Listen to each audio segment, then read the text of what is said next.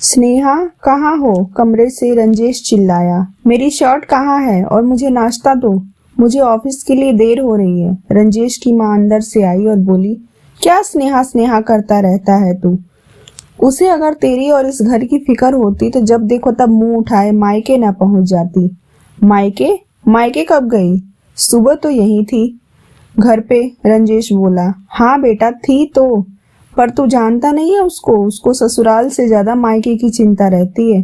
और इसके मायके वालों को भी बेटी से पैसे ऐंठने के लिए रोज रोज नए नए आफत लगी रहती है।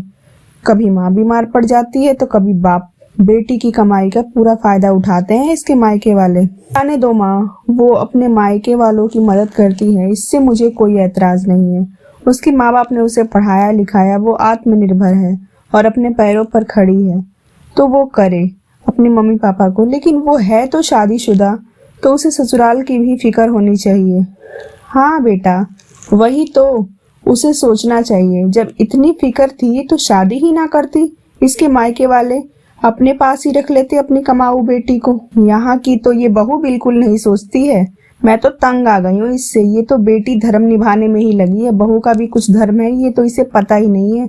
मायका भी तो इसका इसी शहर में है, कभी यहाँ तो कभी वहाँ, यही करती रहती है। स्नेहा की सास झल्ला कर अपने बेटे रंजेश से बोली। स्नेहा की शादी को 4 साल हो गए थे। उसके ससुराल में उसका पति, सास ससुर और एक ननद भी थी जिसकी शादी हो गई थी। स्नेहा एक बहू के साथ एक पढ़ी लिखी औरत भी थी। वो उसी शहर में एक अच्छी कंपनी में काम करती थी। उसके मायके में उसके माँ पापा, एक छोटा भाई और एक छोटी बहन थी। उसका भाई अभी 10वीं क्लास में पढ़ता था। स्नेहा के मायके में आर्थिक रूप से तंगी में रहते थे, तो कभी बहुत स्नेहा अपने परिवार के साथ जाकर रह लेती थी या कुछ पैसे दे देती। लेकिन स्नेहा की सास को यह बिल्कुल भी पसंद नहीं था। वह बहू के मायके वालों से चिढ़ती थी। उनका कहना था कि बेटी की शादी के बाद अब वह बहू है तो मायके वालों को बेटी से कोई उम्मीद नहीं रखनी। स्नेहा की माँ कहती कि स्नेहा, तेरी शादी होने के बाद जिस तरह तू मायके और ससुराल को लेकर चलती है तो सचमुच तारीफ के योग्य है। और कौन कहता है कि अपने परिवार को बेटे ही संभालते हैं? तू भी तो बेटी है और अपने दोनों परिवार को कितनी इज्जत और आर्थिक सहयोग करती है। इसलिए कहते हैं कि आजकल बेटी भी बेटों से कम नहीं है। स्नेहा अब अपने ससुराल आ जाती है तो इधर उसके सास का गुस्सा 7वें आसमान पर होता है और वह गुस्से से फूट पड़ती है और बोलती है कि यहाँ कोई धर्मशाला नहीं है जो जब मुंह उठाए यहाँ चल दी और फिर मुंह उठाया और वहां चल दी। मायके से इतना लगाव था तो मायके में ही रहती, शादी क्यों कर ली? मेरे बेटे की जिंदगी खराब कर दी। स्नेहा सास की बातों को नजरअंदाज करके अपने कमरे में चली जाती है। एक दिन स्नेहा का भाई उससे मिलने आता है और स्नेहा उसे कुछ पैसे दे देती है और कहती है कि ले आकाश, इससे अपने स्कूल की फीस भर देना और मन लगाकर पढ़ना। उसकी सास यह सब देख लेती है और आकाश के जाने के बाद स्नेहा पर टूट पड़ती है। क्यों रे, तेरे पास पैसों का पेड़ लगा है क्या, जो जब देखो तब तेरे मायके वाले यहाँ मांगने चले आते हैं और तू उन पर लुटाती रहती है? इतनी ही फिक्र थी तो वहीं जाकर रहे और कमा माना कि तुम कमाती है पर शादीशुदा है। तेरी ससुराल वाले ही तेरे अपने हैं, तेरे मायके की इतना चिंता। तू कमाती है तो तेरा भी तो परिवार है, तू अपना देख, अपनी गृहस्थी संभाल। अब रंजेश हमेशा स्नेहा पर नजर रखने लगता है, कहीं स्नेहा ने फिर से पैसे तो नहीं दे रही। और उसकी माँ भी। एक दिन उसकी स्नेहा की माँ और सास की मुलाकात एक बाजार में हो जाती है और फिर क्या था, स्नेहा की सास ने स्नेहा की माँ को बहुत भला बुरा बोलती है। आप लोगों को शर्म आया है कि नहीं? बेटी के भरोसे ही जीते हैं क्या आप लोग? आइंदा आपने हमारी बहू से किसी प्रकार की कोई मदद ली ना तो मुझसे बुरा कोई नहीं होगा। स्नेहा की माँ अब स्नेहा से कोई कांटेक्ट नहीं रखती और अब कोई सहायता नहीं मांगती। एक दिन स्नेहा के पापा का रोड एक्सीडेंट हो जाता है और आर्थिक तंगी की वजह से अच्छा इलाज ना होने के कारण उनके पैरों में इन्फेक्शन फैल जाता है।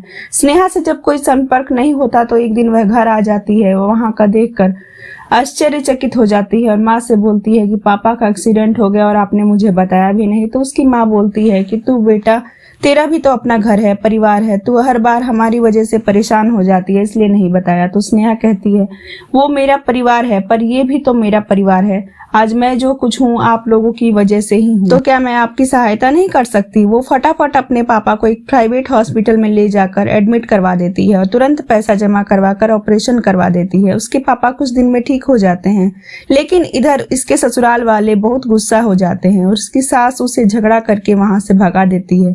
वो मायके आ जाती है। इधर किसी कारणवश रंजेश की नौकरी छूट जाती है और उसकी तबीयत बहुत ज्यादा बिगड़ जाती है। जो पैसे घर में थे वो खर्च हो जाते हैं। रंजेश की माँ के पास जो जमा पूंजी थी वो भी खर्च हो जाती है और रंजेश ठीक नहीं हो पाता है। स्नेहा की सास अपनी बेटी को फोन करती है क्योंकि पैसे की कुछ मदद मांगती है, क्योंकि उसकी बेटी भी नौकरी करती थी, लेकिन बेटी ने यह कहकर मना कर दिया कि मेरे पास पैसे नहीं दे सकती क्योंकि मेरी सास मुझ पर गुस्सा हो जाएगी और जैसा आपने भाभी के साथ किया है वैसा ही मेरे साथ भी कर सकती है, इसलिए मैं आपकी कोई मदद नहीं कर सकती। अंत में उसने अपनी बहू को फोन किया और सारी बातें बताई। बहू दौड़ी दौड़ी आई और अपने पास से पैसे दिए और पति का इलाज करवाया। तब सास को अपनी गलती का एहसास हुआ और वो बोली कि आज मुझे तुम पर गर्व है कि तुमने बेटी और बहू दोनों का फर्ज निभाया है।